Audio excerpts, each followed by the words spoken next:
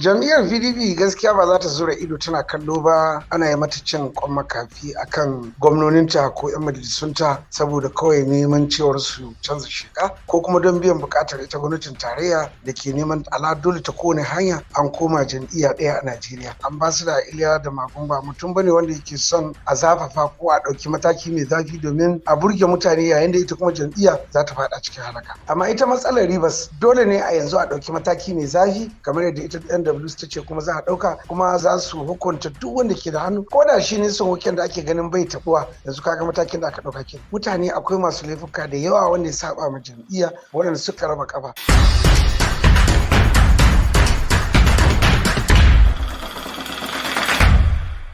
Sunana Yusuf Dingyadi, babban mataimaki na musamman ga shugaban jam'iyyar PDP akan sha'anin watsa labarai da sadarwa. To da farko dai ina son kasancewar a taron da aka yi na kwamitin zartaswa na jam'iyyar PDP na National Working Committee an amince da a ɗauki mataki na hukunta duk wani wanda yake da hannu akan dambarwar siyasar takicin yawa a jihar Rivers musamman waɗanda suka yi ruwa da tsaki wajen assasa fitina da ta yi janyo har wasu kwamishinoni da su 'yan majalisar jam'iyyar PDP ɗin suka ayyana cewar sun bar jam'iyyar. Wannan shine muhimmin abin da ya kamata a fahimta. Na ɗaya a taron da aka yi na kwamitin zartaswa na jam'iyyar PDP wato NWC a ƙarƙashin jagorancin Acting National Chairman Ambassador Iliya Umar Damagun ya kai matsayar hukunta shi ministan birnin tarayya Abuja ne Sumuke da duk wani wanda yake da hannu a zagon ƙasa ko ƙoƙarin haddasa rikici ko tashin-tashina akan makomar abin da ake ciki a jam'iyyar PDP a jihar Rivers musamman akan gwamnan jihar Sim Fabara da kuma irin bita kullun da ake ta mashi da kuma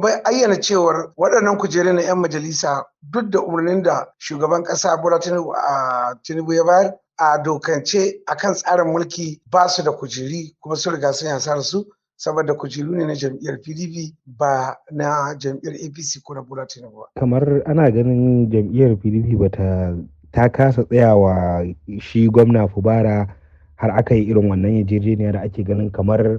ba a yi masa adalci ba amma jam'iyyar ta kasa yin wani katabus. Waɗanda suke kallon rawar ne a waje ke ganin haka amma ita jam'iyyar PDP a tun farko ta yi taro gwamnonin jam'iyyar PDP sun yi taro sun tattauna kuma a kasancewar shi Sim Wabara matsayin mataimakin shugaban ƙungiyar gwamnonin jam'iyyar PDP na ƙasa an fito da hanyoyin da ake ta ƙoƙarin ganin cewar an ceto wannan kujerarsa. Abin da ya kamata mu fahimta cewar yadda mutane ke son jam'iyyar PDP ta kasance da zafi ta fito yanzu ana cikin wannan yanayi ba zai alheri ba domin me akwai wasu waɗanda can bayan fage abin da suke nema yadda jam'iyyar PDP za ta dare ta rabu gida biyu ko uku ya zama na mutane na da dama su yi ta ficewa ko da dama su ɗauki wani mataki ko na dama su yi ta tafiya kotu. To wannan na daga cikin abin da su NWC na jam'iyyar PDP a ƙarƙashin jagorancin Ambassador Iliya Umar Damagun ke yin hangen nesan ganin cewa komi a bishi da lalama a fito da hanyoyin da za a iya sulhunta da matsaloli domin me yin sulhu ɗin da kuma ɗaukar matakin lalatarsuwa akan abin da ya zama aladoli shine kawai zai jawo ƙarshen duk wannan tashin-tashina. Kaga ai a ƙarshe dai NWC sun ɗauki mataki kuma sun ayyana za su hukunta duk wanda ke da hannu ko da shi ne son hukin da ake ganin bai tabuwa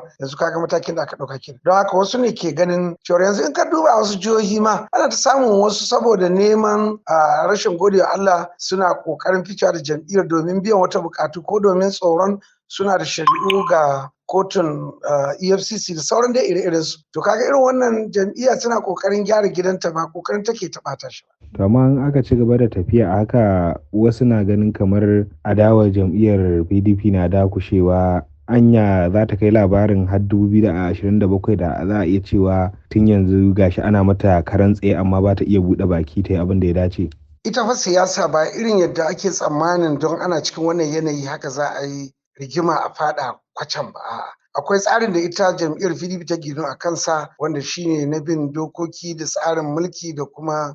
girmama shugabanni musamman dattawan jam'iyyar da kuma tsarin mulkin gudanarwa na jam'iyyar. Shugaban jam'iyyar na riƙon ƙwarya Ambassador Iliya Damagun ba mutum bane wanda yake son a zafafa ko a ɗauki mataki mai zafi domin a burge mutane yayin da ita kuma jam'iyya za ta faɗa cikin halaka. Wannan ba shine muhimmin abu. Sannan idan kana maganan kala da tasowa ka dakatar kusan mutum nawa ne za ka iya don kusan kowace jiha a Najeriya akwai wani dalili ko laifi da ake ganin akwai waɗanda suka aikata. musamman kuma ga zaben shugaban ƙasa. Mutane da yawa wasu sun raba kafa, wasu sun yi abin da suke so. Yanzu in ka duba tun daga jihar Katsina har abin da ya kai ka Akwa Ibom, tun daga Akwa Ibom har abin da ya kai ka Kwara, tun daga Legas har abin da ya kawo ka Adamawa, tun daga Adamawa har abin da ya kai ka Kano, tun daga Sokoto har abin da ya kai ka Kaduna. Mutane akwai masu laifuka da yawa wanda ya saba ma jam'iyya, waɗanda suka yi ruwa suka yi kanku, ma'ana suka raba kafa. Wasu sun yi laifukan da ya kamata a kore su, wasu a dakatar da su, wasu a yi musu hukunci, amma duk ana bi ne da lalama a hankali a hankali. Jam'iyya ba ta mutum ɗaya ba ce, an gina jam'iyya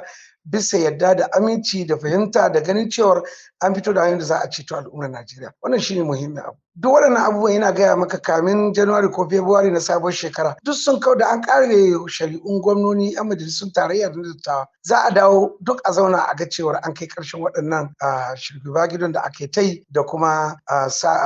takin saƙa da ake ta yi a wasu wurare. Amma ita matsalar Rivers dole ne a yanzu a ɗauki mataki mai zafi kamar yadda ita NWC ta ce kuma za a ɗauka. Kuma in Allah ya so 'yan Najeriya za su yi na'am da wannan. Ina son kasancewar matakin da NWC ta ɗauka a kan su 'yan majalisar nan guda 25 mataki ne wanda yake bisa tsarin mulki na Najeriya kashi na 109 a cikin baka a ƙaramar G wato na tsarin mulkin shekara 1999 kamar yadda aka gyara shi. Don haka duk wani ɗan jam'iyya wanda yake rike da mukami na siyasa ɗan majalisa idan ya bayyana cewa ya bar wannan jam'iyyar ba cewar jam'iyya ta rarraba ko wani abu to daga wannan ranar dole ne ya bar kujerar nan tasa. Wannan doka ne a cikin tsarin mulki ba wai dokar Bola Ahmed Tinubu shugaban kasa ko wani ba, a'a doka ce ta kasa. Ita wannan shine jam'iyyar PDP ke bi domin jam'iyyar PDP tana girmama kuma tana tabbatar da cewa tsarin mulki ya tabbata abin da aka yi aiki. To yanzu ku za ku kyale kamar ga doka kasa abin da take wa'annan 'yan majalisa su tafi amma kuma kuna ji kuna gani saboda tsoma bakin shugaban kasa a ƙi yin abin da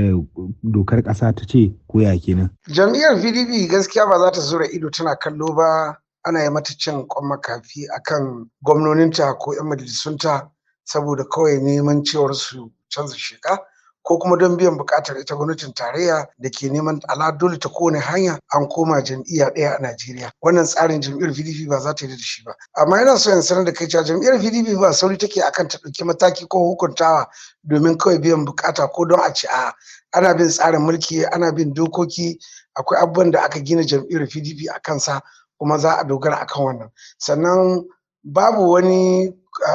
ƙarfi ga kowane mutum a cikin jam'iyya da ya kai NWC da NEC. Don haka duk matakin da suka ɗauka a nan gaba shine za a aiki da shi kuma shine tsarin mulki na jam'iyya tsarin mulki na ƙasa wanda ko kotun koli ta tabbatar da cewa su ne kawai suke da haƙƙi su ladatarsuwa ko su hukunta ko tabbatar da duk wani abu wanda ya shafi abin da a jam'iyyanci.